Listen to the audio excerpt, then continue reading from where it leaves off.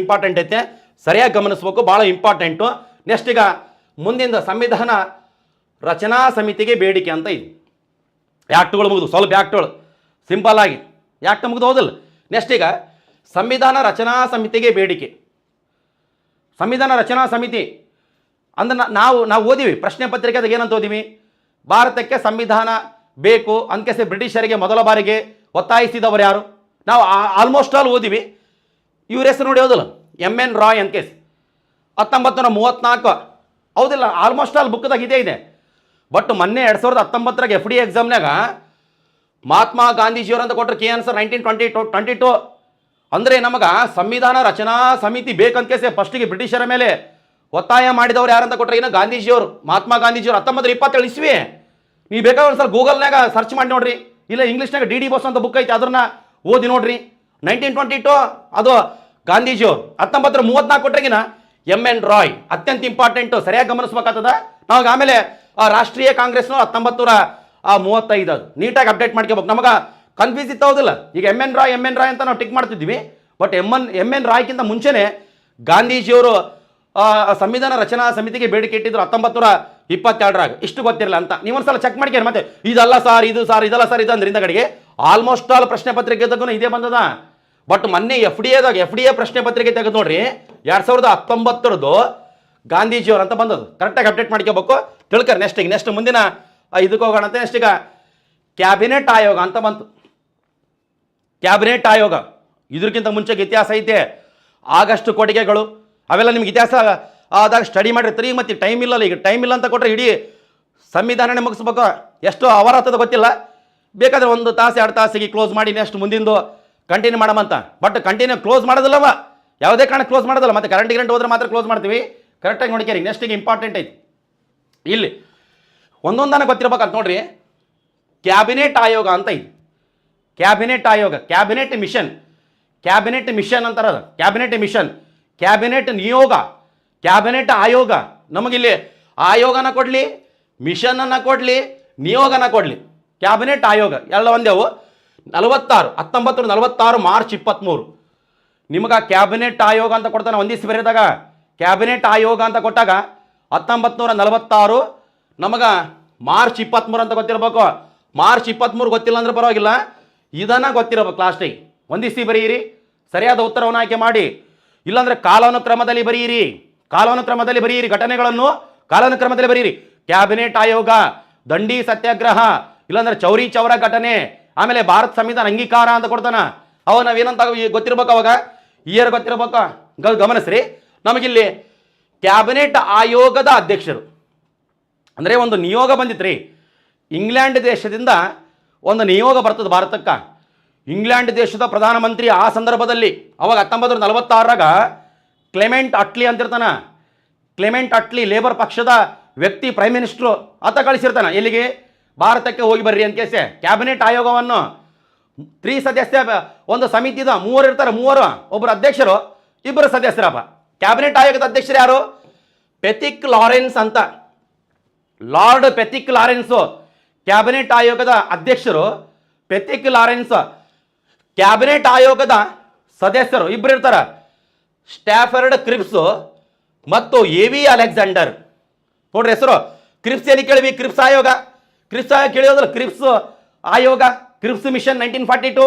Creeps ಆಯೋಗ ಬಂದು ಹೋದ್ಮೇಲಲ್ಲ quit India ಚಳವಳಿ ಸ್ಟಾರ್ಟ್ ಆಗಿದ್ದು ಹೌದಲ್ಲ. ಇವರು ಗೊತ್ತಿರ್ಬೇಕು. ಅಂದರೆ ಇವರು 1946 ಕ್ಯಾಬಿನೆಟ್ ಆಯೋಗದ ಸದಸ್ಯರಾಗಿ ಬಂದಿರ್ತಾರೆ. ಯಾರು ಹೇಳ್ರಿ?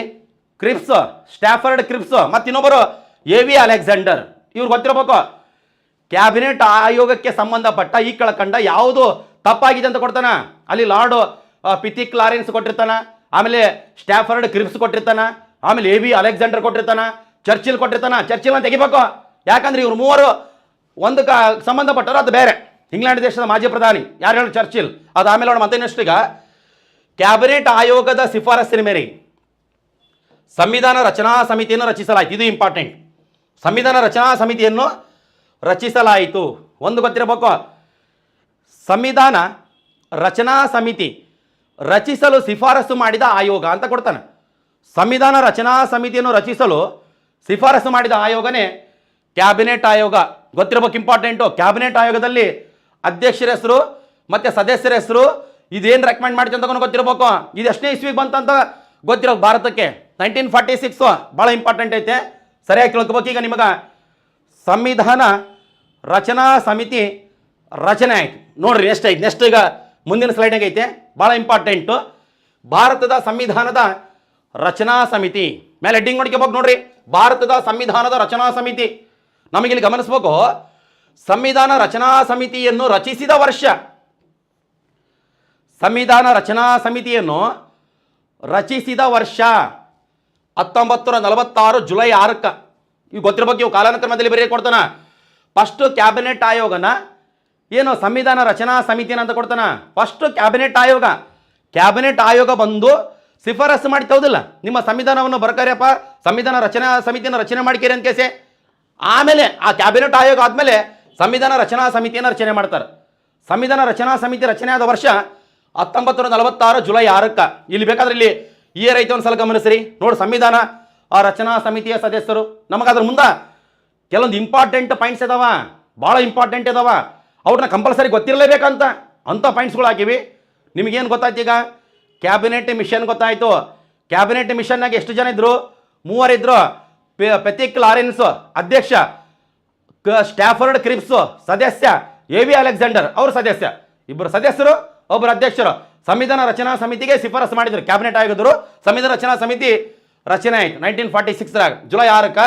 ಒಂದ್ಸಲ ಗಮನಿಸೋದು ಭಾಳ ಇಂಪಾರ್ಟೆಂಟ್ ಐತೆ, ಕರೆಕ್ಟಾಗಿ ಅಪ್ಡೇಟ್ ಮಾಡ್ಕೆ. ನೆಕ್ಸ್ಟ್ ನೋಡ್ರಿ ಇಲ್ಲಿ ಆಮೇಲೆ ಕರಡು ಸಮಿತಿಗೂ ಇಂಪಾರ್ಟೆಂಟ್. ಆಮೇಲೆ ಇವು ಒಂದಕ್ಕೊಂದು ಲಿಂಕ್ ಇದಾವ ನೋಡ್ರಿ. ನಮಗಿಲ್ಲಿ ಸಂವಿಧಾನದ ಕರಡು ಸಮಿತಿ ರಚಿಸಿದ ವರ್ಷ 1947 ಆಗಸ್ಟ್ 29ಕ್ಕೆ. ಅದೇ ರಚನಾ ಸಮಿತಿ 1946, ಕರಡು ಸಮಿತಿ 1947 ಆಗಸ್ಟ್ 29ಕ್ಕೆ. ಗೊತ್ತಿರಬೇಕು. ಸಂವಿಧಾನದ ಕರಡು ಸಮಿತಿ ರಚಿಸಿದ ವರ್ಷ ಅಂತ ಕೊಡ್ತಾನ. ಡ್ರಾಫ್ಟಿಂಗ್ ಕಮಿಟಿ ಅಂತ ಕರಿತಾರೆ ಇಂಗ್ಲೀಷ್ನಾಗ. ಇದಕ್ಕೆ ಗಮನಿಸ್ಬೇಕು. 1947 ಆಗಸ್ಟ್ 29ಕ್ಕೆ ಸಂವಿಧಾನ ಕರಡು ಸಮಿತಿಯ ಅಧ್ಯಕ್ಷರು. ಸಂವಿಧಾನ ಕರಡು ಸಮಿತಿ ಅಧ್ಯಕ್ಷರು ಕೊಟ್ಟರೆ ಡಾಕ್ಟರ್ BR ಅಂಬೇಡ್ಕರ್. ಅತ್ಯಂತ important. Bharat Ratna doctor BR Ambedkar ಅವರು ಸಂವಿಧಾನ ಕರಡು ಸಮಿತಿಯ ಅಧ್ಯಕ್ಷರು. ಇವ್ರನ್ನ ನಾವು ಭಾರತ ಸಂವಿಧಾನದ ಶಿಲ್ಪಿ ಅಂತ ಕರಿತೀವಿ. ಯಾರನ್ನ? ಡಾಕ್ಟರ್ BR ಅಂಬೇಡ್ಕರ್ ಅವ್ರನ್ನ MV ಪೈಲಿ, ಅವ್ರ ರಾಜಕೀಯ ಚಿಂತಕರಾದಂತಹ MV ಪೈಲಿರವರು ಸಂವಿಧಾನದ ಶಿಲ್ಪಿ ಅಂತ ಕರೀತಾರೆ. ಅದ್ರ ಬಗ್ಗೆ ಮುಂದೆ ನಿಮ್ಗೆ ಗಮನಿಸೋಣ ಅಂತ. ಅತ್ಯಂತ ಇಂಪಾರ್ಟೆಂಟು. ಸಂವಿಧಾನದ ಕರಡು ಸಮಿತಿಯ ಅಧ್ಯಕ್ಷರು ಅಂತ ಕೊಡ್ತಾನೆ. ಸಂವಿಧಾನದ ಕರಡು ಸಮಿತಿ ಅಧ್ಯಕ್ಷರು ಕೊಟ್ಟರಿಗಿನ ಭಾರತ ರತ್ನ ಡಾಕ್ಟರ್ BR ಅಂಬೇಡ್ಕರ್ ಅಂತ ಟಿಕ್ ಮಾಡ್ಬೇಕಾಗ್ತದ. ನೀಟಾಗಿ ಅಪ್ಡೇಟ್ ಮಾಡ್ಕೇರಿ. ನಿಮ್ಗೆ ಇಯರ್ಗಳು ಗೊತ್ತಿರಬೇಕು. ಇಯರ್ ಗೊತ್ತಿದ್ರೆ ಮಾತ್ರ ಕೆಲಸ ಆತಾವ, ಇಲ್ಲಾಂದ್ರೆ ಗೊತ್ತಾಗೋದು. ಯಾಕಂದ್ರೆ ಕಾಲಾನುಕ್ರಮದಲ್ಲಿ ಬರೀರಿ ಅಂತ ಕೊಡ್ತಾನೆ. ಕಾನ್ಸ್ಟೇಬಲ್ ಎಕ್ಸಾಮ್ನಾಗ ಏನು ಕೊಡ್ತಾನೆ? ಸಂವಿಧಾನ ರಚನಾ ಸಮಿತಿಯ ಅಧ್ಯಕ್ಷರು, ಸಂವಿಧಾನ ರಚನಾ ಸಮಿತಿಯ ಅಧ್ಯಕ್ಷರು, ಇಲ್ಲ ಸಂವಿಧಾನದ ಆ ಕರಡು ಸಮಿತಿಯ ಅಧ್ಯಕ್ಷರು, ಹಿಂಗೆಲ್ಲ ಕೊಡ್ತಾನೆ. ನಿಮಗೆಲ್ಲ ತೋರಿಸ್ತಾನಂತ ನೀಟಾಗಿ ಅಪ್ಡೇಟ್ ಮಾಡ್ಕೋಬೇಕು. ನೆಕ್ಸ್ಟ್ ಈಗ ಮುಂದಿನ ಒಂದು ಇದಕ್ಕೂ ಸ್ಲೈಡಿಗೆ ಕರೆಕ್ಟಾಗಿ ಅಪ್ಡೇಟ್ ಮಾಡ್ತೀನಿ. ನೆಕ್ಸ್ಟ್ ನೋಡ್ರಿ, ಏನು ಬೇಕಷ್ಟು ಎಲ್ಲವಷ್ಟಲ್ಲ ಕರೆಕ್ಟಾಗಿ ನೋಡ್ಕೋಬೇಕು. ಹೆಂಗಿರ್ಬೇಕಂದ್ರೆ ಕ್ಯಾಶ್ ಮಾಡ್ತಿರ್ಬೇಕು. ಆಕಳಿಸಿ ಅಂತ ಕುಂದ್ರೋದಲ್ಲ. ಅಲ್ಲ ಹಿಂಗೆ ಯಾವ ನೋಡ್ರಿ ಸ್ವಲ್ಪ ಬೇಸಿ ಕಡೆ ಆಕಳಿಸಿ ಅಂತ ಕುಂದ್ರೋದು. ಇಲ್ಲಾಂದ್ರೆ ಹೋಲ್ ಬಿಡೋ, ಇನ್ನು ಭಾಳ ಹೊತ್ತೈತೆ ಟೈಮು, ಈ 8 ಆಯ್ತು ನಡೆಯವೇ ಉಣಾಮು, ಇವೆಲ್ಲ ಉಣಾಮು ಮುಂದೆ ಐತೆ. ಕೆಮ್ಮನಪಟ್ಟಿ ಸಲಿಕೆ ಗೊತ್ತಿರಲಿ. ನೆಕ್ಸ್ಟ್ ನೋಡ್ರಿ, ಸಂವಿಧಾನ ರಚನಾ ಸಮಿತಿಯಲ್ಲಿ ಒಟ್ಟು ಸದಸ್ಯರ ಸಂಖ್ಯೆ 389. ಗಮನಿಸ್ಬೇಕು, ಇಂಪಾರ್ಟೆಂಟು. ಒಂದ್ಸಲ ಕಾನ್ಸ್ಟೇಬಲ್ ಎಕ್ಸಾಮ್ನಾಗ ಸಂವಿಧಾನ ರಚನಾ ಸಮಿತಿಯ ಒಟ್ಟು ಸದಸ್ಯರ ಸಂಖ್ಯೆ 389. ನೋಡಿ 389 ಅಂತ ಕೊಟ್ರಿಗೆ ನಾವು ಇದ್ರಾಗ 296 ಪ್ಲಸ್ 93 ನಮಗೆ ಟೋಟಲ್ 389. ಅದು ಗಮನಿಸ್ಬೇಕು. ಇವರು ಎಲೆಕ್ಟೆಡ್, ಇವರು ನಾಮಕರಣ. ಇವರು ಎಲೆಕ್ಟೆಡ್ ಅಂತ ಕೊಟ್ರಿಗಿನ ವಿಧಾನಮಂಡಲಗಳಿದ್ದು, ಆ ವಿಧಾನಮಂಡಲಗಳಿಂದ ಎಲೆಕ್ಟ್ ಆಗಿದ್ರು, ಮತ್ತು ಇವರು ರಾಜರಿಂದ ನಾಮಕರಣ ಆಗಿದ್ದರು. ಟೋಟಲ್ 389. ಅಂದರೆ ನಮಗೆ ಒಂದು ಗಮನಿಸ್ಬೇಕು, ಸಂವಿಧಾನ ರಚನಾ ಸಮಿತಿಯಲ್ಲಿ ಚುನಾಯಿತ ಸದಸ್ಯರು ಇದ್ದರು, ನಾಮಕರಣ ಸದಸ್ಯರಿಗೂ ಇದ್ರು ಅಂತ. ಟೋಟಲ್ ಎಷ್ಟು ಜನ ಇದ್ರು? 389. ಮತ್ತೆ ಅದೆಲ್ಲ ಬೇರೆ ಬೇರೆ ಬೇರೆ ಎಲ್ಲಿಂದ ಎಷ್ಟೆಷ್ಟು ಜನ ಬಂದರು ಅವೆಲ್ಲ ದೊಡ್ಡ ಇತಿಹಾಸನ ಐತೆ. ಬಟ್ ನಮಗೇನು ಇಂಪಾರ್ಟೆಂಟ್ ಅಂದ್ರೆ ಈಗ 389ರಾಗ 296 ಇವರು ಎಲೆಕ್ಟೆಡ್ ಸದಸ್ಯರು, ಇವರು ನಾಮಕರಣ ಸದಸ್ಯರು. ಎಲೆಕ್ಟೆಡ್ ಅಂತ ಕೊಟ್ರೆಗಿನ ಆ ವಿವಿಧ ರಾಜ್ಯದಾಗ ವಿಧಾನಮಂಡಲಗಳಿದ್ದು ಆ ಸಂದರ್ಭದಲ್ಲಿ ಅಲ್ಲಿಂದ ಎಲೆಕ್ಟ್ ಆಗಿದ್ದರು, ಮತ್ತು ರಾಜರುಗಳಿಂದ ನಾಮಕರಣ ಆಗಿದ್ದರು. ನಮಗೆ 296 ಪ್ಲಸ್ 93 389. ಇನ್ನೊಂದು ಗಮನಿಸ್ಬೇಕು. ಈಗ ಇದು ಈ ಸಂಖ್ಯೆ ಐತಲ್ಲ 1946ರಾಗ 1947 ಆಗಸ್ಟ್ 14ಕ್ಕೆ ಏನು ಪಾಕಿಸ್ತಾನ ಸ್ವತಂತ್ರ ಆಗ್ತದಲ್ಲ, ಆ ಡಿವೈಡ್ ಆದಮೇಲೆ ಈ ಸಂಖ್ಯೆ ಕಡಿಮೆ ಆಗ್ತದೆ. ಈ ಸಂಖ್ಯೆ 299ಗೆ ಬರ್ತದೆ. ಅದು ಆಮೇಲೆ ನೋಡೋಣ, ಹೌದು 299 ಬರ್ತದೆ. ಬಟ್ ನಮ್ಮ ಎಕ್ಸಾಮ್ನಾಗ ಕಾನ್ಸ್ಟೇಬಲ್ ಎಕ್ಸಾಮ್ನಾಗ ಸಂವಿಧಾನ ರಚನಾ ಸಮಿತಿಯ ಒಟ್ಟು ಸದಸ್ಯರ ಸಂಖ್ಯೆ 389 ಅಂತ ಕೊಟ್ಟಾನ. ಅದು ಈಸಿ ಐತಿ, ಕಿರಿಕಿರಿಲ್ಲ, ಅಪ್ಡೇಟ್ ಮಾಡ್ಕ್ಯಾರಿ. ನಿಮಗೆ ಚಾಪ್ಟರ್ ವೈಸ್ ಕ್ಲಾಸ್ ಮಾಡ್ತೀರಲ್ಲ, ಅವೆಲ್ಲ 299 ಹೆಂಗಾಯ್ತು, ಎಲ್ಲಿಂದ ಯಾರ್ಯಾರು ಎಷ್ಟು ಜನ ಬಂದ್ರೆ ಅವೆಲ್ಲ ನಿಮ್ಗೆ ತಿಳಿಸ್ತೀನಿ ಅಂತ. ಬಟ್ ಈಗ ಟೈಮು ಭಾಳ ಕಡಿಮೆ, ಕರೆಕ್ಟಾಗಿ ಅಪ್ಡೇಟ್ ಮಾಡ್ಕೋಬೇಕು. ಎಷ್ಟು ಹೇಳಿರ್ತೀನಲ್ಲ ಅಷ್ಟು ತಲೆಗಿಟ್ಕರಿ, ಮತ್ತು ನೀವು ಓದ್ಕರಿ. ನಮಗೆ ನೆಕ್ಸ್ಟ್ ಈಗ ಮುಂದಿನ ಒಂದು ಸೆಂಟೆನ್ಸ್ ನೋಡ್ರಿ, ನಮ್ಗೆ ಇದು ಅರ್ಥ ಆಯ್ತಿಲ್ಲಪ್ಪ. ನೆಕ್ಸ್ಟ್ ನೋಡ್ರಿ, ಸಂವಿಧಾನ ರಚನಾ ಸಮಿತಿಯ ಮೊದಲ ಸಭೆ ನಡೆದ ವರ್ಷ. ಸಂವಿಧಾನ ರಚನಾ ಸಮಿತಿ ರಚನೆ ಆಗಿತ್ತಲ್ಲಪ್ಪ 1946 ಜುಲೈದಾಗ. ಅದರ ಮೊದಲ ಸಭೆ ನಡೆದ ವರ್ಷ 1946 ಡಿಸೆಂಬರ್ 9ಕ್ಕೆ. ನೋಡಿ, ಡಿಸೆಂಬರ್ 9 ದೆಹಲಿ ನಡೀತದ, ಗಮನಿಸ್ಬೇಕು ನೋಡ್ರಿ. ಸಂವಿಧಾನ ರಚನಾ ಸಮಿತಿಯ ಮೊದಲ ಸಭೆ ನಡೆದ ವರ್ಷ ಮತ್ತು ದಿನಾಂಕ 1946 ಡಿಸೆಂಬರ್ 9ಕ್ಕೆ ಡೆಲ್ಲಿ ನಡೀತದ. ಅದರ ಅಧ್ಯಕ್ಷತೆ ಏನು ನೋಡ್ರಿ ಇಲ್ಲಿ.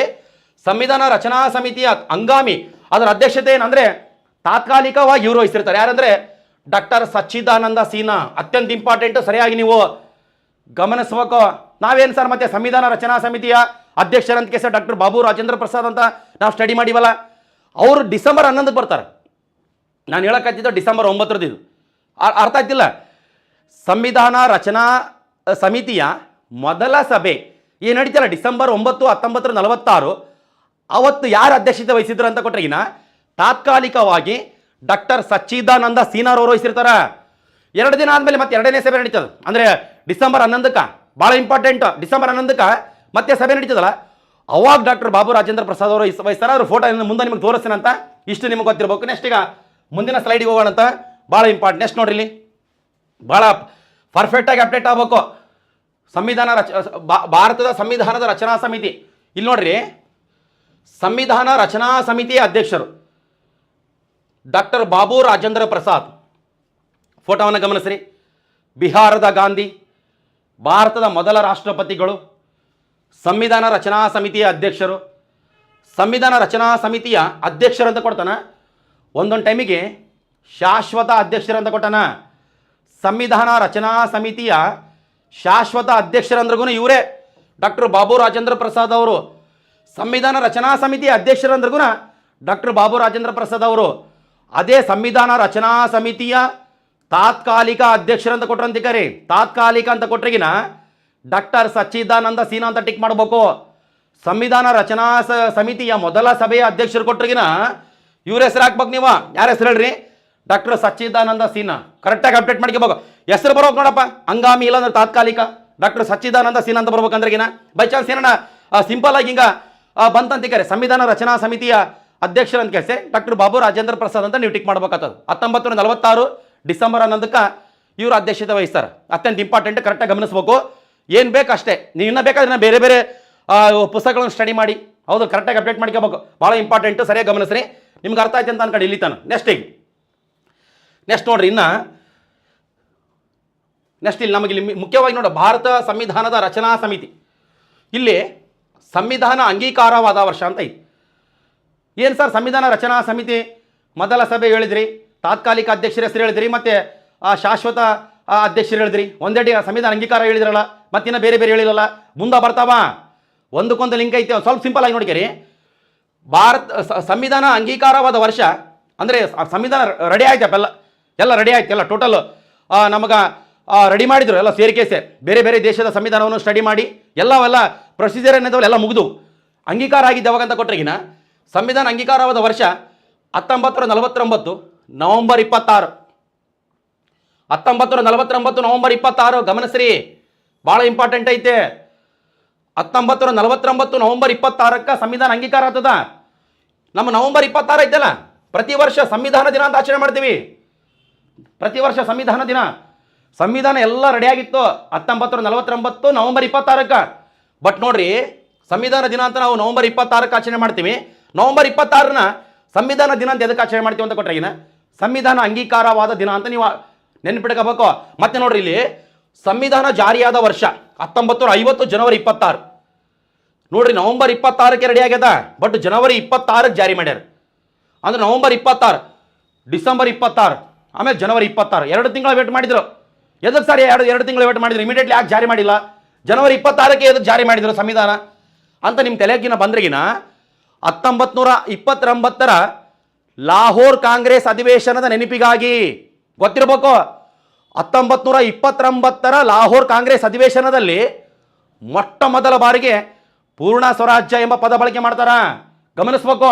ಆಮೇಲೆ 1929 ಲಾಹೋರ್ ಕಾಂಗ್ರೆಸ್ ಅಧಿವೇಶನ ಐತಲ್ಲ, ಅದು ಡಿಸೆಂಬರ್ಗೆ ಸ್ಟಾರ್ಟ್ ಆಗಿರ್ತದೆ. ಮತ್ತೆ ನೆಕ್ಸ್ಟ್ ಇಯರ್ ಬರ್ತಾರಪ್ಪ 1930 ಜನವರಿ 26ಕ್ಕೆ ಪೂರ್ಣ ಸ್ವರಾಜ್ಯ ದಿನ ಅಂತ ಆಚರಣೆ ಮಾಡ್ತಾರೆ, ಜನವರಿ 26ಕ್ಕೆ. ಅದ್ರ ಸಂಬಂಧನೇ ಲಾಹೋರ್ ಕಾಂಗ್ರೆಸ್ ಅಧಿವೇಶನದ ನೆನಪಿಗಾಗಿ ಜನವರಿ 26ಕ್ಕೆ ಸಂವಿಧಾನ ಜಾರಿ ಮಾಡ್ತಾರೆ. ಅಂದ್ರೆ ನಿಮಗ ಜನವರಿ 26ರಂದು ಸಂವಿಧಾನ ಜಾರಿ ಮಾಡಲು ಕಾರಣ ಅಂತ ಕೊಟ್ರಿಗಿನ ನಮಗೇನಂತ ನೀವು ಟಿಕ್ ಮಾಡಬೇಕು, ಲಾಹೋರ್ ಕಾಂಗ್ರೆಸ್ ಅಧಿವೇಶನದ ನೆನಪಿಗಾಗಿ.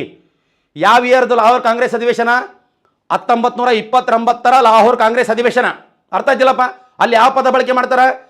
ಸ್ವರಾಜ್ಯ, ಪೂರ್ಣ ಸ್ವರಾಜ್ಯ ಎಂಬ ಪದ. ಪೂರ್ಣ ಸ್ವರಾಜ್ಯ ಎಂಬ ಪದ ಮೊಟ್ಟ ಮೊದಲ ಬಾರಿಗೆ ಬಳಕೆ ಮಾಡಿದ್ದೆ ಲಾಹೋರ್ ಕಾಂಗ್ರೆಸ್ ಅಧಿವೇಶನದಲ್ಲಿ. ನೋಡ್ಬೇಕ್ರಿ, ನೋಡಿದ್ರೆ ತಾನೇ ತಿಳಿತಾವ. ಹೌದು, ಕರೆಕ್ಟಾಗಿ ಅಪ್ಡೇಟ್ ಮಾಡ್ಕೋಬೇಕು, ನೀಟಾಗಿ ನೋಡ್ಕೋಬೇಕು, ಹಿಂಗೆ ಗಮನಿಸ್ತಿರ್ಬೇಕು. ಓ, ಭಾರತದ ಸಂವಿಧಾನ ಅಂಗೀಕಾರವಾದ ವರ್ಷ 1949 ನವೆಂಬರ್ 26ಕ್ಕೆ. ನವೆಂಬರ್ 26 ಪ್ರತಿ ವರ್ಷ ನಾವು ಸಂವಿಧಾನ ದಿನ ಅಂತ ಆಚರಣೆ ಮಾಡ್ತೀವಿ. ಅದು ಸಂವಿಧಾನ ಎಲ್ಲ ರೆಡಿ ಆದ್ರೂ ಜನವರಿ 26 ತನಕ ವೇಟ್ ಮಾಡಿದ್ರು. ಎದಕ್ಕೆ ವೇಟ್ ಮಾಡಿದ್ರು? 1929ರಾಗ ಲಾಹೋರ್ನಾಗ ನಡೆದಿತ್ತಲ್ಲ ಕಾಂಗ್ರೆಸ್ ಅಧಿವೇಶನ, ಆ ಅಧಿವೇಶನದಲ್ಲಿ ಪೂರ್ಣ ಸ್ವರಾಜ್ಯ ಎಂಬ ಪದ ಬಳಕೆ ಮಾಡಿದ್ರು. ಅದ್ರ ಸಂಬಂಧನೇ 1929 ಲಾಹೋರ್ ಕಾಂಗ್ರೆಸ್ ಅಧಿವೇಶನ ನೆನಪಿರ್ಬೇಕಂತ ಹೇಳಿಕೆಸೆ ನಾವು ಜನವರಿ 26 ತನಕ ವೇಟ್ ಮಾಡಿ ಜನವರಿ 26ಕ್ಕೆ ಸಂವಿಧಾನನ ನಾವು ಜಾರಿ ಮಾಡಿ ಒಂದು ಗೊತ್ತಿರ್ಬೇಕು. ಅದು ಗಮನಿಸ್ರಿ, ಭಾಳ ಇಂಪಾರ್ಟೆಂಟ್ ಐತೆ. ಪೂರ್ಣ ಸ್ವರಾಜ್ಯ ಎಂಬ ಪದ ಅತ್ಯಂತ ಇಂಪಾರ್ಟೆಂಟ್. ಕೇಳ್ತಾನೆ ಇಂಪಾರ್ಟೆಂಟ್, ಸರಿಯಾಗಿ ಗಮನಿಸ್ಬೇಕು, ನೀಟಾಗಿ ತಿಳ್ಕರಿ. ಇಲ್ಲಿ ಅರ್ಥ ಇದ್ದಿಲ್ಲಪ್ಪ, ಅರ್ಥ ಆಗಿರಲೇಬೇಕು. ನೋಡಿಕೆರಿ, ಯಾಕಂದ್ರೆ ಇನ್ನ ಟೈಮ್ ಇನ್ನ ಭಾಳಷ್ಟು ಐತೆ. ನೆಕ್ಸ್ಟ್ ಮುಂದಿಂದು ನೋಡ್ರಿ, ಇಲ್ಲಿ ಬಂತು. ಏನು ಸರ್ ಇದು ಮತ್ತೆ ಯಾವುದು ಬಂತಲ್ಲ? ಪರ್ಫೆಕ್ಟ್ ಇಂಪಾರ್ಟೆಂಟ್ ಪಾಯಿಂಟ್ಸ್ ಅದೇನಂತಾರಲ್ಲ, ಏನು ಬೇಕು ಅದೇ. ಇನ್ನ ಈಗ ಅಷ್ಟೊತ್ತಿಗೆ ಹೆಂಗೆ ಮುಗಿಸಾಕತ್ತದ ಇಮಿಡಿಯೇಟ್ಲಿ ನೋಡಿ. ಭಾರತ ಸಂವಿಧಾನವನ್ನು ಅಂತಿಮಗೊಳಿಸಲು ಸಂವಿಧಾನ ರಚನಾ ಸಭೆಗೆ 2 ವರ್ಷ 11 ತಿಂಗಳ 18 ದಿನಗಳು ಬೇಕಾದವು.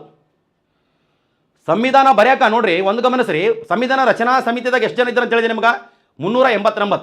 ಅದು ಆಮೇಲೆ ಪಾಕಿಸ್ತಾನ ಡಿವೈಡ್ ಆದಮೇಲೆ 299 ಬರ್ತದೆ. ಅಷ್ಟು ಜನ ಸೇರಿಕೆಸಿ 2 ವರ್ಷ 11 ತಿಂಗಳ 18 ದಿನ ಮಾಡ್ತಾರೆ. 2 ವರ್ಷ 11 ತಿಂಗಳ 18 ದಿನ. ಅದು ಗಮನಿಸ, ಮತ್ತೆ 18 ತಿಂಗಳು ಬರ್ಕೊಂಡ್ರಿ ಇಂದ ಕಡೆಗೆ 18 ದಿನ. ಭಾರತದ ಸಂವಿಧಾನ ರಚಿಸಲು ಎಷ್ಟು ದಿನಗಳು ಬೇಕಾದವು ಅಂತ ಕೊಡ್ತಾನ? 2 ವರ್ಷ 11 ತಿಂಗಳ 18 ದಿನ.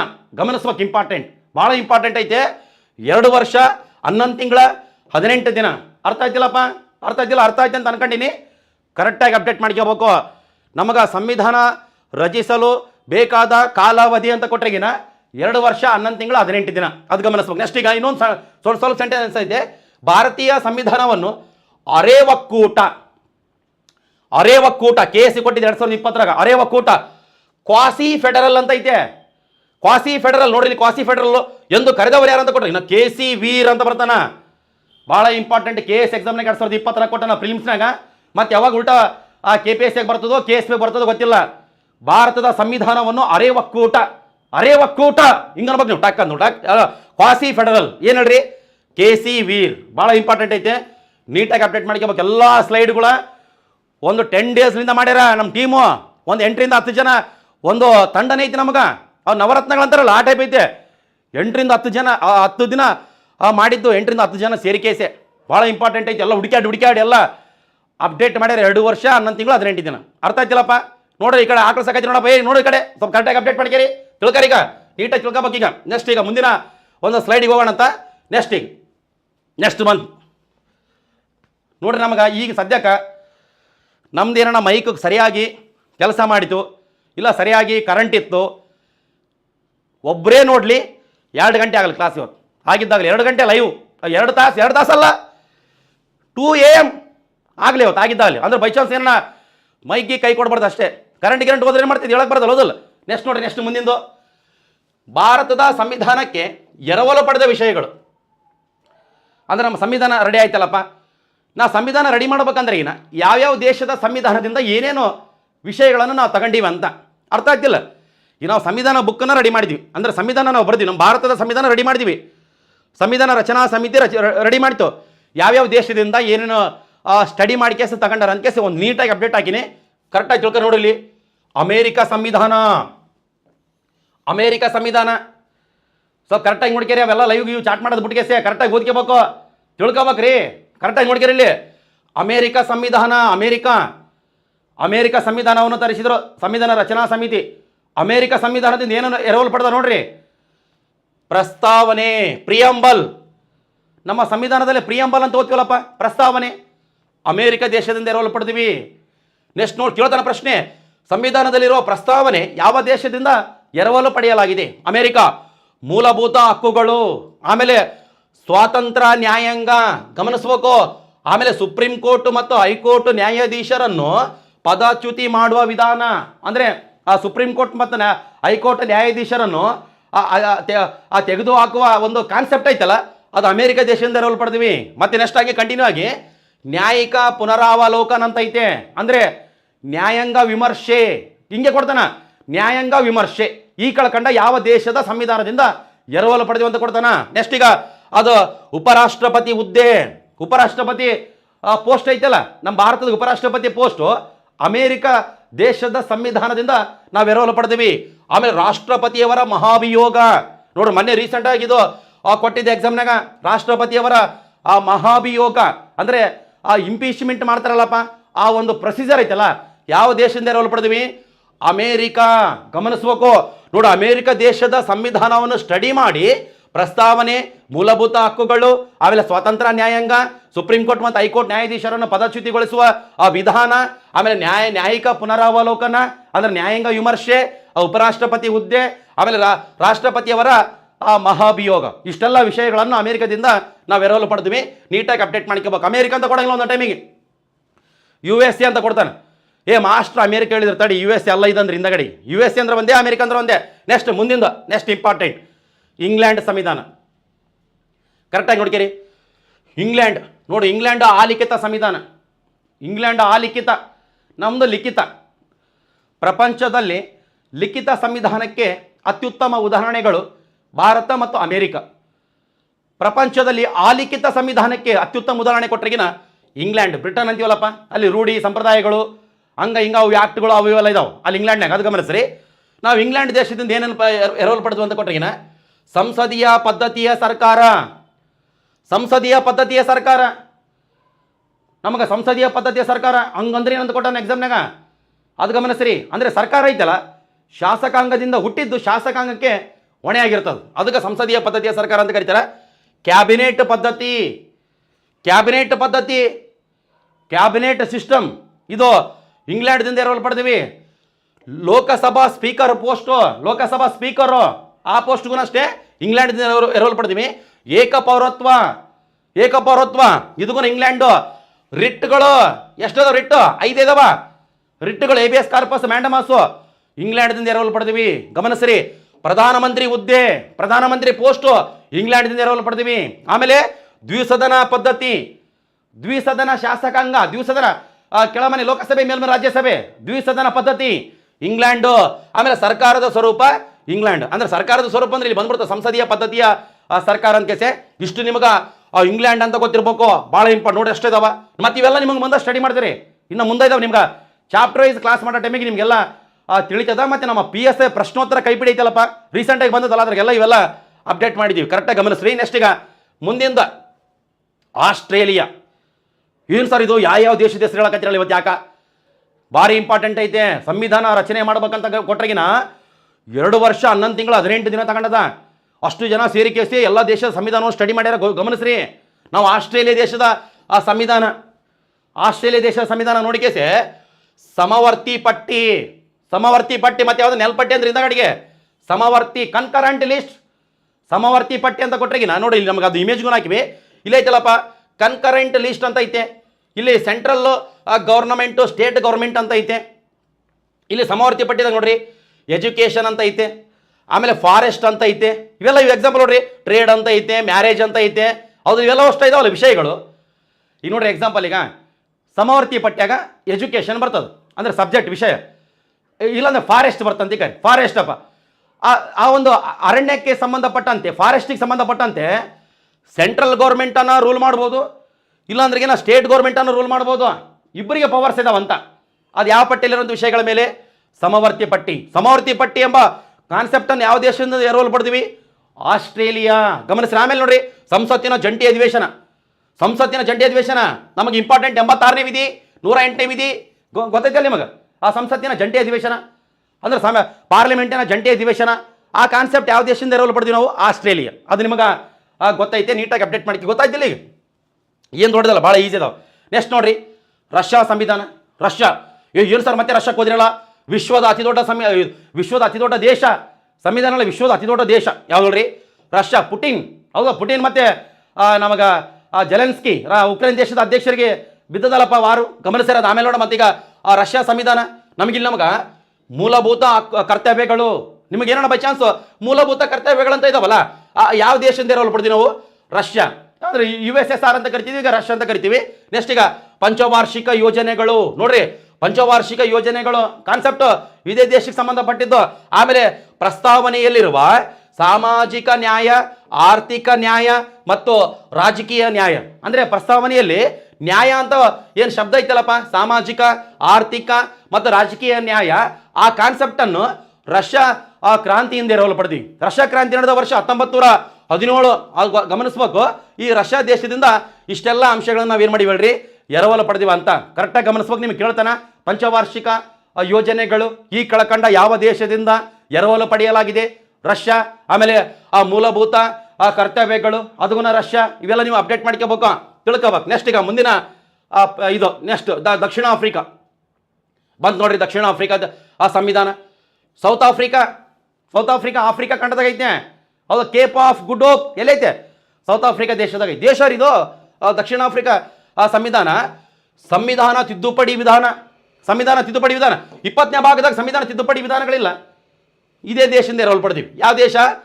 ದಕ್ಷಿಣ ಆಫ್ರಿಕಾ. ಅಂದರೆ ಆ ಸಂವಿಧಾನ ತಿದ್ದುಪಡಿ ವಿಧಾನ. ಆಮೇಲೆ ಕೆಳಗಡೆ ನೋಡ್ರಿ, ರಾಜ್ಯಸಭಾ ಸದಸ್ಯರ ಚುನಾವಣೆ.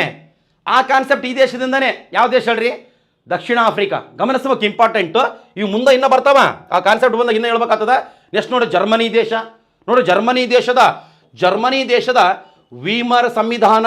ಗಮನಿಸ್ಬೇಕು, ಇಂಪಾರ್ಟೆಂಟು. ತುರ್ತು ಪರಿಸ್ಥಿತಿ ನೋಡಿ, ಇಲ್ಲಿ ಕೆಳಗಡೆ ತುರ್ತು ಪರಿಸ್ಥಿತಿಯ ಸಂದರ್ಭದಲ್ಲಿ ಮೂಲಭೂತ ಹಕ್ಕುಗಳನ್ನು ವಜಾ ಮಾಡುವುದು. ಅಂದ್ರೆ ನಿಮ್ಗೆ ಆಲ್ಮೋಸ್ಟ್ ಆಲ್ ಏನಂತ ಕೊಟ್ರೆ, ತುರ್ತು ಪರಿಸ್ಥಿತಿ ಕಾನ್ಸೆಪ್ಟ್ ಐತಲ್ಲ, ಯಾವ ದೇಶದಿಂದ ಎರವಲು ಪಡೆಯಲಾಗಿದೆ ಅಂತ ಕೊಟ್ಟಾನ. ಬಹಳ ಸಲ ಜರ್ಮನಿ ದೇಶ ಅಂತ ಕೊಟ್ಟಾನ. ಒಂದೊಂದು ಟೈಮಿಗೆ ಏನಂತ ಕೊಟ್ರೆ, ಜರ್ಮನಿ ದೇಶದ ವೀಮರ್ ಸಂವಿಧಾನ ಅಂತ ಕೊಟ್ಟಾನ. ಕರೆಕ್ಟಾಗಿ ನೀವು ಅಪ್ಡೇಟ್ ಮಾಡ್ಕೋಬೇಕು. ಇನ್ನೂ ಸ್ವಲ್ಪ ತಿಳ್ಕರಿ. ನೆಕ್ಸ್ಟ್ ಈಗ ಮುಂದಿಂದು ಐರ್ಲ್ಯಾಂಡ್ ಸಂವಿಧಾನ. ಐರ್ಲ್ಯಾಂಡ್ ದೇಶದ ಯಾವುದು? ಕ್ಯಾಪಿಟಲ್ ಸಿಟಿ ಡಬ್ಲಿನ್ ಅಂತ ಬರ್ತದ.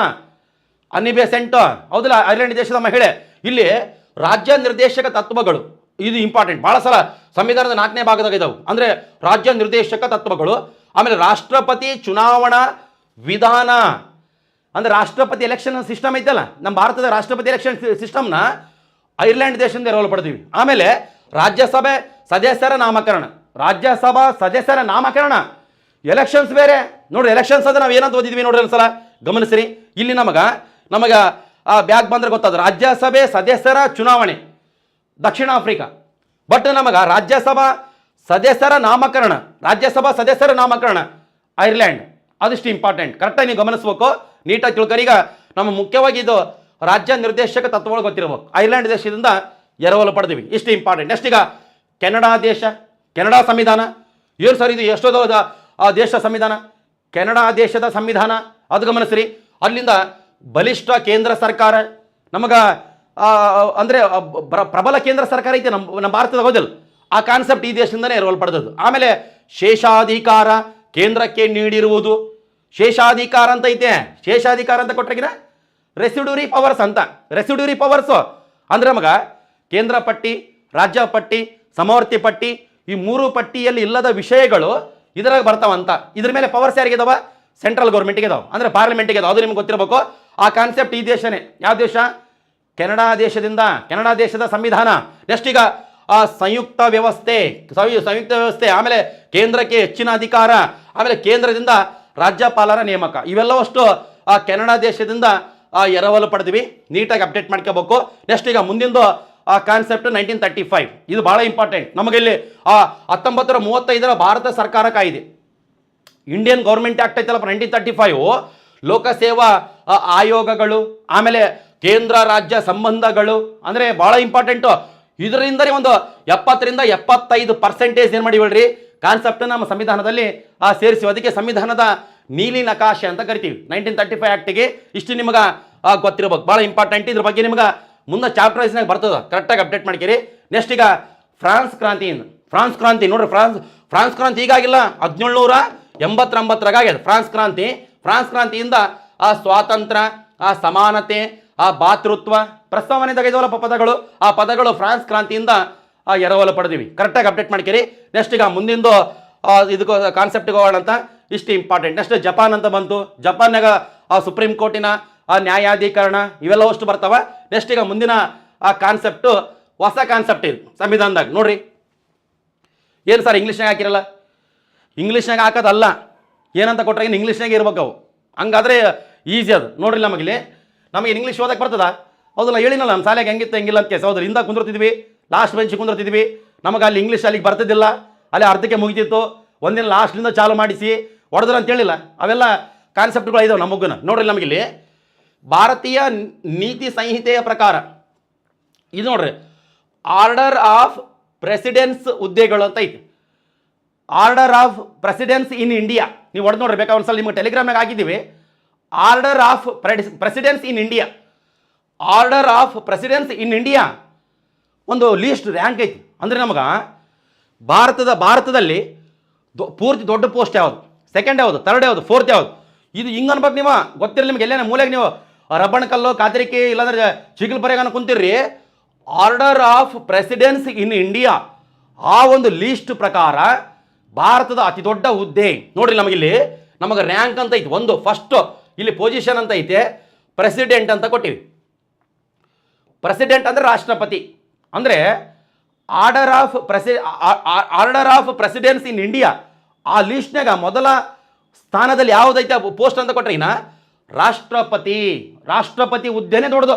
ರಾಷ್ಟ್ರಪತಿ ಹುದ್ದೆ ಆದ್ಮೇಲೆ ಸೆಕೆಂಡ್ ಯಾವ್ದೈತೆ ಹೇಳ್ರಿ ನೋಡಿ, 2ನೇ ರ್ಯಾಂಕ್ನಾಗ ಯಾವುದೈತೆ ವೈಸ್ ಪ್ರೆಸಿಡೆಂಟ್ ಅಂತ ಐತೆ, ಉಪರಾಷ್ಟ್ರಪತಿ ಹುದ್ದೆ ಗಮನಿಸ್ಬೇಕು.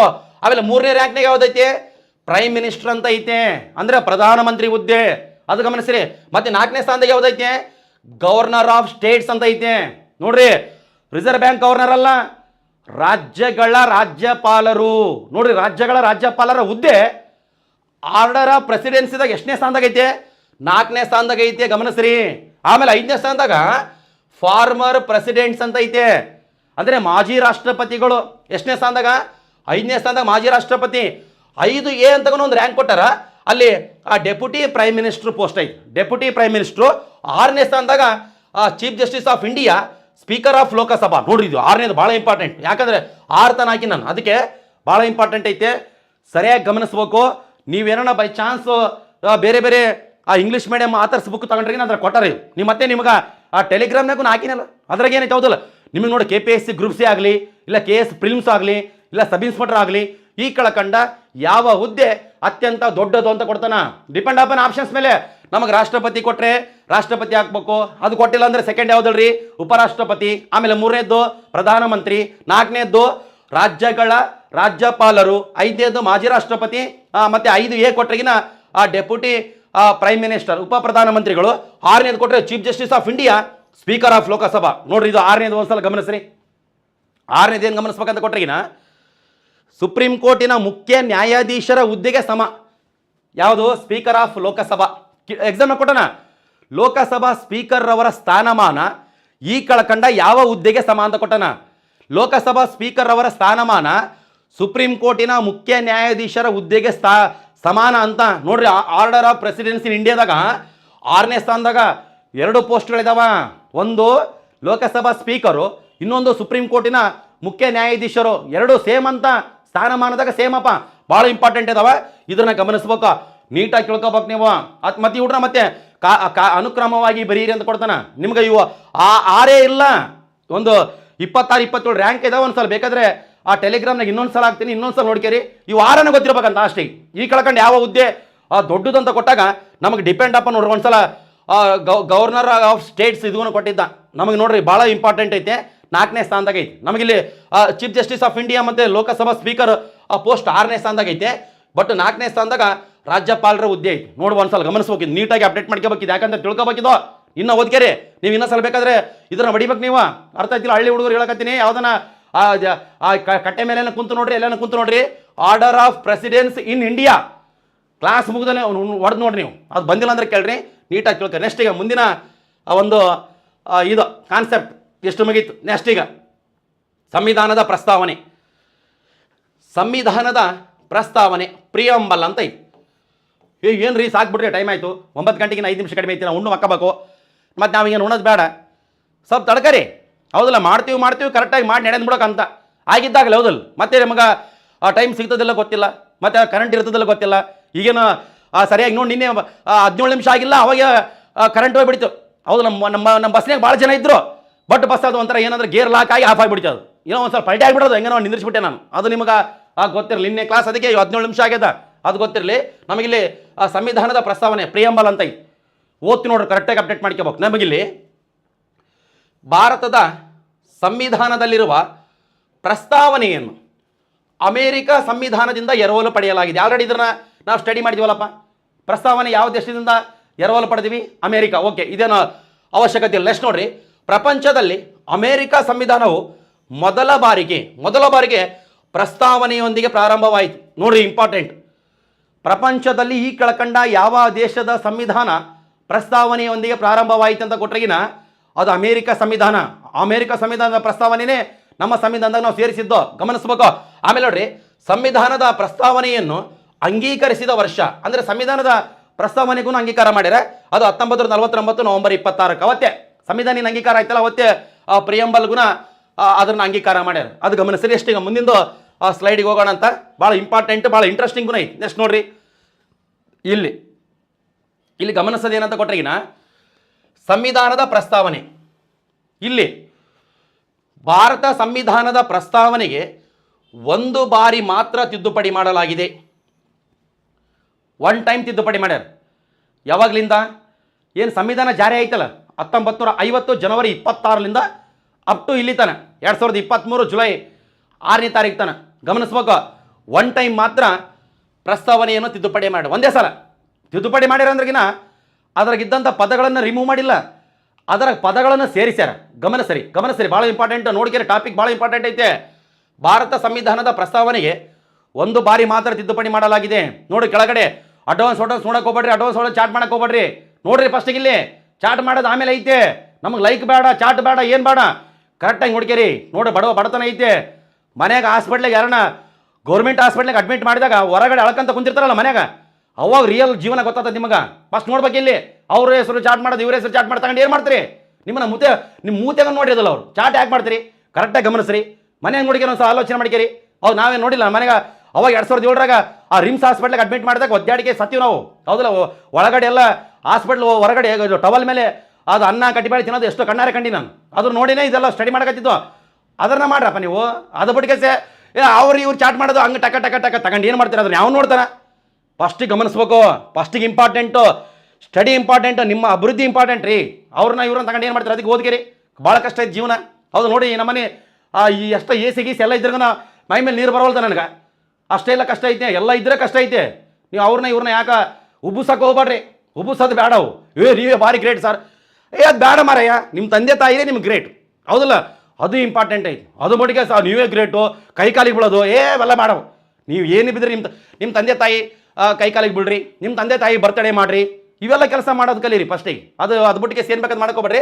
ಇಲ್ಲಿ ಕಷ್ಟ ಗಮನಿಸ್ರಿ. ಯಾಕಂದರೆ 2ನೇ ಪ್ರಶ್ನೆ, ಸಂವಿಧಾನದ ಪ್ರಸ್ತಾವನೆಗೆ 1976ರಲ್ಲಿ 42ನೇ ತಿದ್ದುಪಡಿ ಮಾಡಿ ಪ್ರಸ್ತಾವನೆಗೆ ಸಮಾಜವಾದಿ, ಜಾತ್ಯತೀತ, ಐಕ್ಯತೆ, ನೋಡ್ರಿ ಈ ಪದ ಐಕ್ಯತೆ ಅಂತ ಕೊಟ್ಟಿಲ್ಲ ಅಂದರೆ ಸಮಗ್ರತೆ ಅಂತ ಕೊಟ್ಟಿರ್ತಾನ, ಭಾಳ ಇಂಪಾರ್ಟೆಂಟು, ಎಂಬ ಪದಗಳನ್ನು ಸೇರಿಸಲಾಗಿದೆ ಅಂತ ಐತಿ.